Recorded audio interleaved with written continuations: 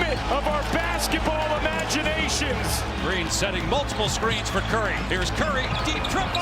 It's good. He outscored Denver during that span by himself. You know what we haven't been short on in this first week in the NBA? Getting buckets. There have already been 16 40-point games by 13 different players. That's more than double the most 40-point games in the first week of a season in NBA history. They've been in the gym this offseason. They've been balling, so we thought we'd go coast to coast with the ballers. And naturally, that's where you start in Utah, because the Jazz, they got an overtime win thanks to 51 points from Lauri Markkanen in his career high, and the first Jazz player to break 50 in a regular season game in over 27 years since Malone. Brian, are teams around the league starting to pay attention here? Well, you know, Markkanen signed that huge contract extension before last season and then had his worst year in 3 years. His name was nowhere near the trade market. Now he's taking 11 three-pointers a game and making 42% of them. If that keeps up, that's going to change as far as the trade market goes. Yeah, there's going to be questions swirling, like what's going on in Utah. The Nuggets, they beat the Wolves last night. It was the 7th time that Jamal Murray had at least 40, and Nikola Jokic had a triple-double in the same game. Only Hall of Famers Wilt and Tom Gola have done it more times. Shanae, are we underrating them? Somehow we are, but you know what's still wild to me to understand the fact that Jamal Murray has yet to be an NBA All-Star. Make it make sense. Now, over the past 5 or so years, they have been the best duo, big and guard in the NBA, but others have entered the chat. Chet and Shea and Cat and Brunson. So, but they still got it, sis. How about Austin Reaves? He's him. He followed up his 51-point night with 41 in a loss to the Blazers. That 92 points on back-to-back evenings, the most by a Laker over 2 days since Kobe in 2007. Perks, did you know Austin had this in him?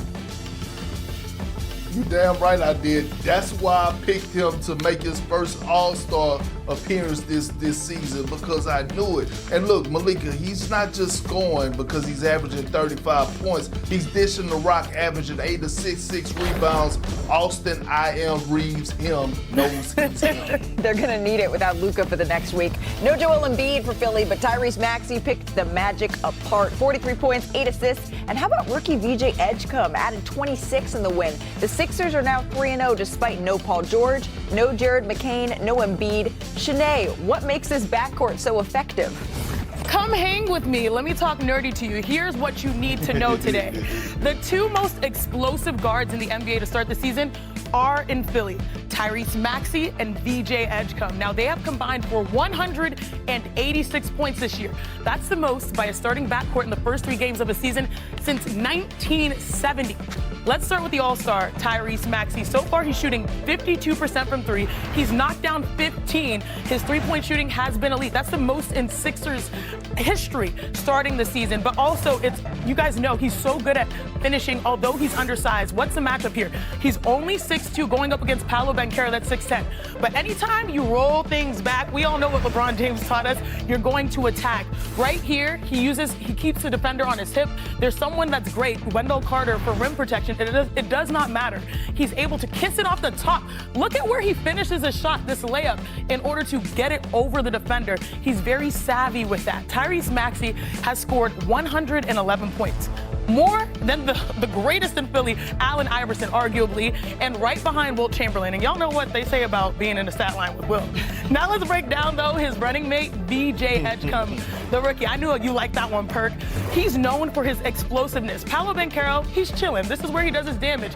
He's so great in transition, but hey, this is going to make the scouting report. Those types of defensive competitive plays, what does it lead to? An easy layup on the other side. That's VJ doing it. Look at the reach. Look at the contest. Again, now you know. Now you know. Now you're familiar with this game. And then again, his basketball IQ is just so advanced as a rookie. Here, there's drop coverage, and he's going to read it until the last second. So if you engage with the post, you have the shot. If you engage with the guard, you're going to dump it over to the post.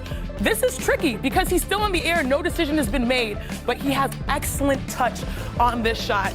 This many people have scored more in NBA history. If you look at that, it's wild. So far, VJ has scored 75 points, 1 point more than Michael Jordan in his debut, and Philly is 3-0 because of this backcourt.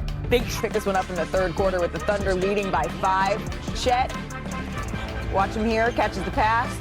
and then goes all the way to the paint, throws it down. Yeah, I love how Chet Holmgren is starting the season playing with authority. He is their separator. He's their X factor. Without J-Dub, you have to have someone step up, and he's been that guy. Over Cooper, so did he capture the flag? Oh, he did. SGA, fancy footwork. That tough fadeaway, he gets that one to go. And then later on in the third, SGA, watch him here, gets the steal, takes it coast to coast. You know he's going all the way, Sinead. Yeah, I mean, how do you stop him? He's so crafty. He finds ways to finish off the glass left and right. No one can keep him in front. Finish your breakfast, though. Chet, pump fake, drives, passes to Hartenstein for the slam. Sharing is caring. Honestly, I was like a little disappointed in the defense of the Mavs. They were doing a lot of watching late. We're going to talk about that. Davis does catch it, banks it in, plus the foul. Mavs cut it to one possession here, but then SGA passes it to Hartenstein, finishes the layup. The Thunder, they go on to win this one 101-94 and remain undefeated. Now, the scary thing is, the OKC offense, it's not even clicking yet. The Thunder made just 20% of their threes. It's actually tied for their second worst three-point shooting game since the start of 2024-2025, but they made up for it. They made it 60% of their twos. On the flip side, Cooper Flagg, his struggles, they really continued. The number one pick, he also injured his shoulder in the opening possession of this game. You can see it right here.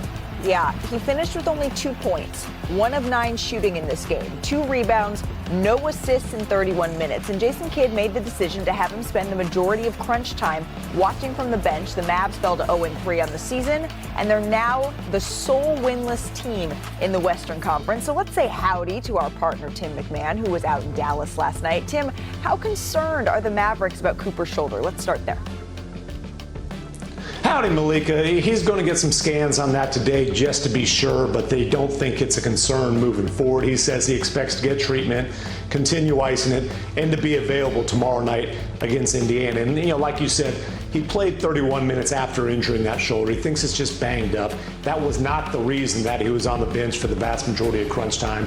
It just was not Cooper Flagg's night. He looked like an 18-year-old who was really struggling in the first back-to-back of his NBA career against the defending champions. Right, of course. It's against the defending champs, so we should mention that, of course, as well. But Dallas has been trying out Cooper Flagg at point guard.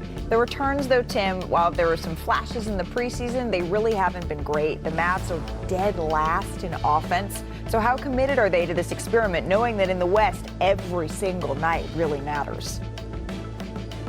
Well, Jason Kidd talks a lot about what he thinks will be long-term benefits to Cooper Flagg going right into the deep end of the pool as a point guard to begin his career. And by the way, it's a position he has never played. He didn't play point guard at Duke or in high school. So he's not only learning on the fly at 18-year-olds in the NBA, but it's an unfamiliar position. And the production, he had 22 points, 4 assists against the Raptors, but like you said, they ranked dead last in offense. I think what's interesting will be to continue to monitor the role of D'Angelo Russell, who was really a fringe rotation player in those first couple games. DNP CD in the second half of a loss to the Wizards. The Wizards. Now, last couple games, D'Lo has been the sixth man. He's not shooting it well, but it is a completely different offense with D'Angelo Russell bringing the ball up the floor.